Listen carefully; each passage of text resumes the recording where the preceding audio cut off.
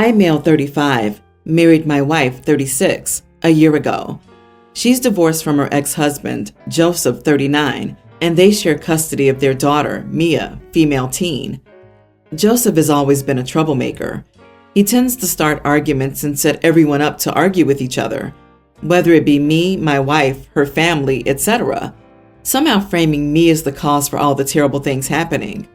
So my wife has been trying to find a job and finally got an opportunity to work at a decent company not far from where we live. She had an interview and was waiting for a response when the company called and told her that her husband contacted them and said that she had XYZ issues, resulting in her being disqualified for the position. She came and yelled at me, accusing me of sabotaging her career and trying to control her while ruining her reputation. I swore that I had nothing to do with it, but she said the company said that her husband had contacted them. They refused to reveal his contact info. I figured it was Joseph, especially when he hinted about it. He usually called to brag after causing an issue and making me the bad guy.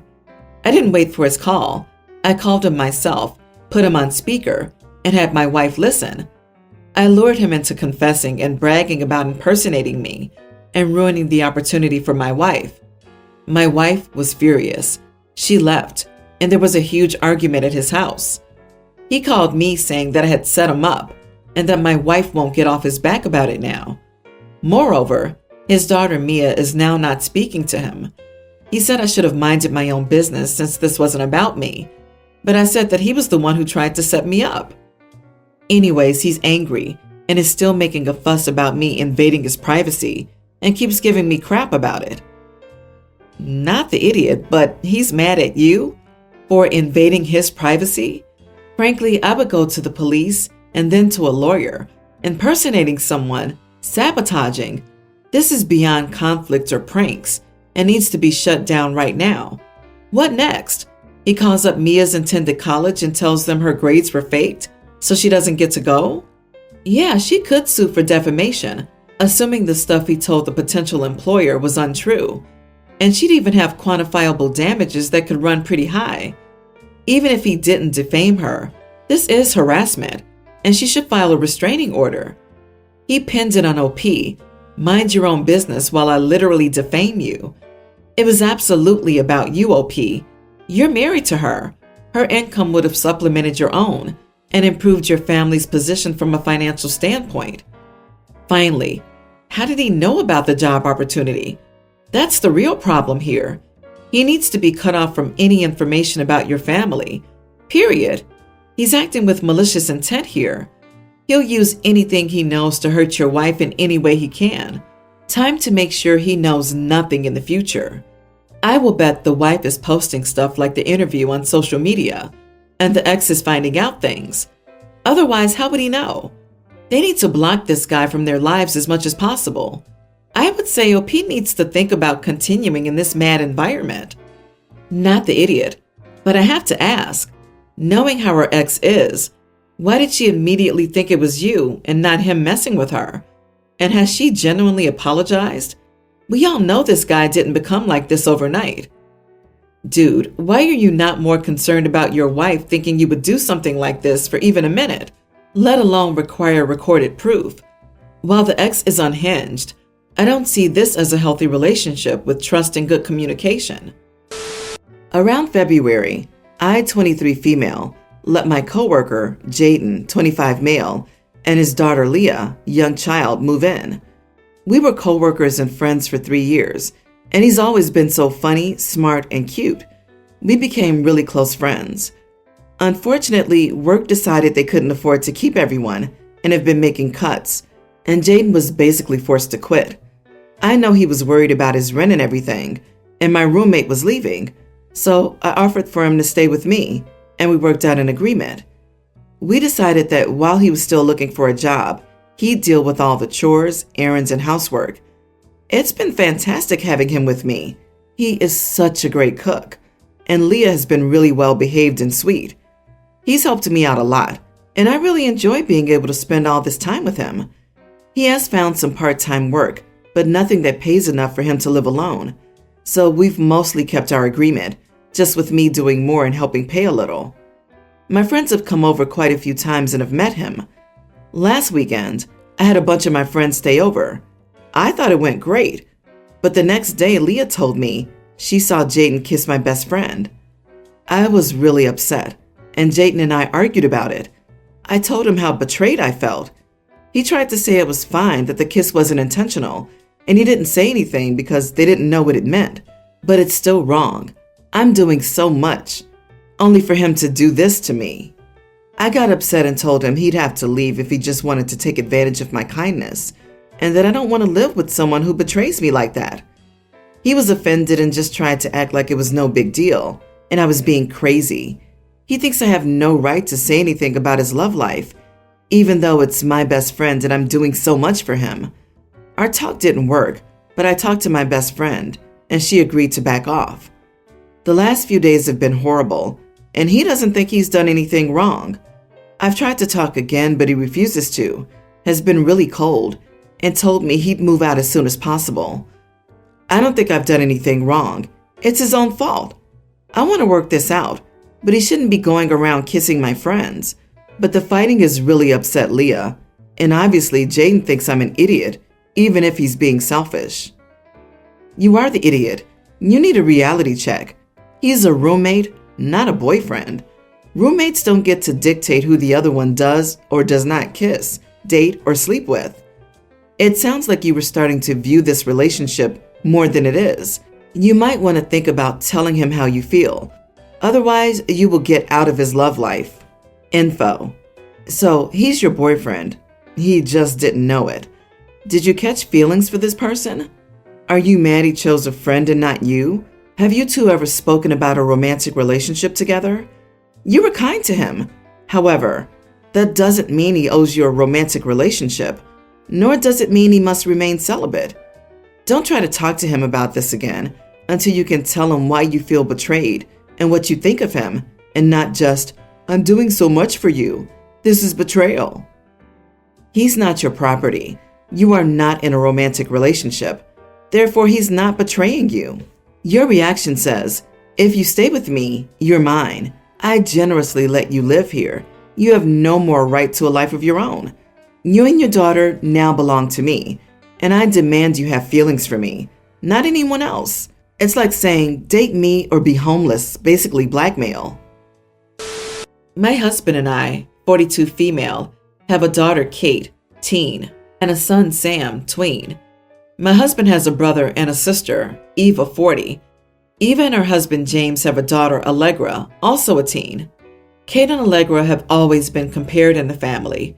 From the time they were born, it seemed to be a competition of who would walk first, talk first, do more, and achieve more. And Allegra was always first. I won't go into detail about Allegra because that's not really the point, but I will say she's a beautiful, intelligent, truly one-of-a-kind girl, and her parents have done a great job raising her. My in-laws fell in love with her and thought she hung the moon. This bothered me and made me sad for Kate, but I let it go for the most part. There's no doubt that they love all the kids equally, but out of the two girls, you can tell who they admire more. Every summer, the whole family visits a holiday home that Eva shares with my in-laws. Over the summer, Kate met a boy, Luke, who was also holidaying in the area. They started dating. This was Kate's first experience with boys. Allegra had friends nearby, so we didn't see her much for the first few weeks. About 3/4 of the way through the holiday, Kate invited the boy she'd been seeing to dinner. Allegra was told to come, and afterward she would be going to a party. At the dinner, it was clear that Luke was attracted to Allegra. After dinner, Luke decided he would go to Allegra's party, as he had also been invited. They both asked Kate to go, but she wasn't allowed and was very upset. The next morning, Allegra came downstairs and asked to talk to Eva and me. She said at the party, Luke was flirting with her and showed some messages he'd sent her. We decided we would all talk to Kate. Kate spent the next 2 days miserable. When she finally came out of her room, Kate was caustic, and everyone was getting a bit fed up with her attitude. Eventually, my father-in-law jokingly said, "Your mistake was introducing him to Allegra. How did you think that was going to go for you?" My mother-in-law told him off but added that Luke handled it terribly, but the outcome was inevitable. Kate left the table in tears. We managed to get through the rest of the holiday, but when my husband brought up plans for Christmas, Kate refused to go. She said she couldn't bear being ridiculed by her family and constantly compared to Allegra. After seeing how much this affected her, I spoke to my husband and said we shouldn't go. He argued that it would be wrong to let Kate take away time with family just because of a boy. I reminded him that this had been happening since they were born, but he said we couldn't shield Kate from every special person in the world. He said he would talk to his parents about their comments, but that we should not set a precedent of letting Kate escape reality. I disagree and have half a mind to stay home with Kate and let my husband and son go without us. Am I the idiot? Not the idiot.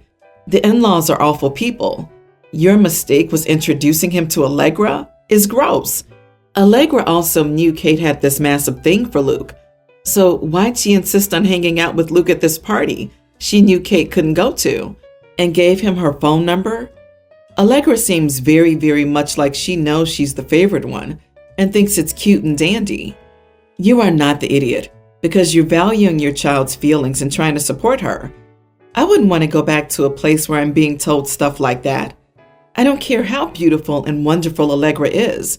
Your daughter's beautiful and wonderful as well. And nobody should make her feel like she's in a competition like that. Did your husband bump his head? This has nothing to do with the boy. It's because his family keeps putting her down.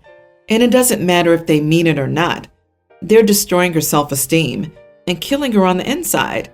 And to top it off, he's not only allowing it, but he's also not defending her.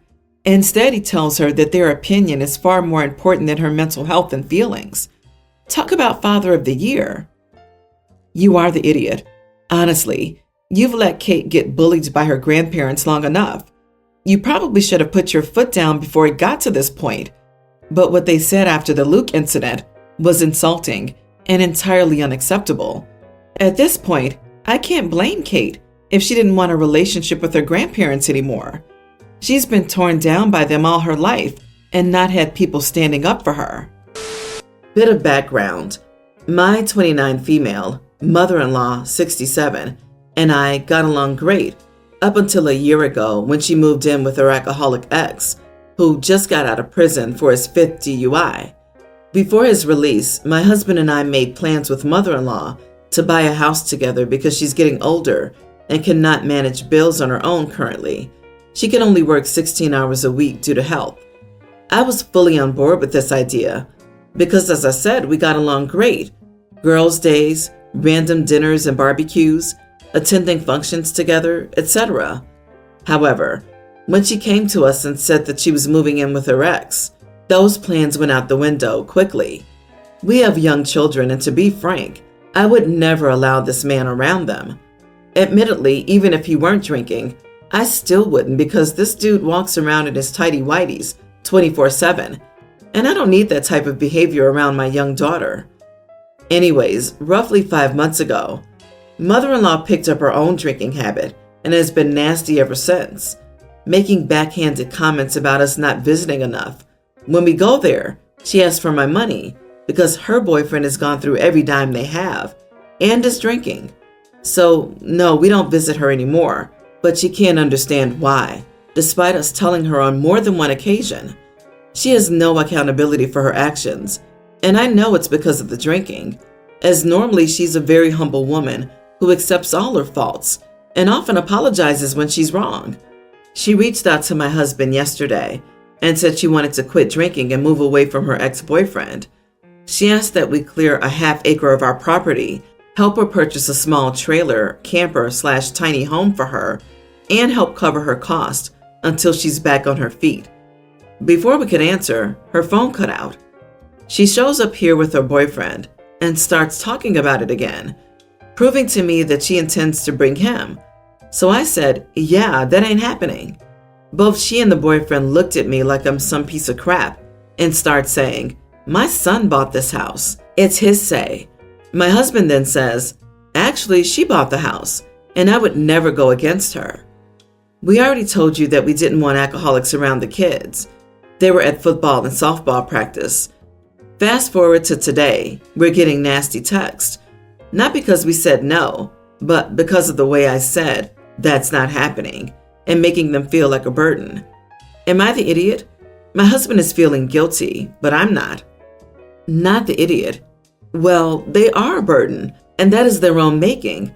But if mother-in-law doesn't want to live with her toxic ex, then maybe she should kick him out of her house. Many alcoholics seem to think that nobody knows they have a drinking problem, when in reality, everyone knows but them. It is really sad, but your mother-in-law has become an addict and is exhibiting addictive behavior. Her call to you claiming that she wanted to get sober and stop drinking was a lie and a manipulation attempt. Get ready for what's probably going to come next, blame shifting.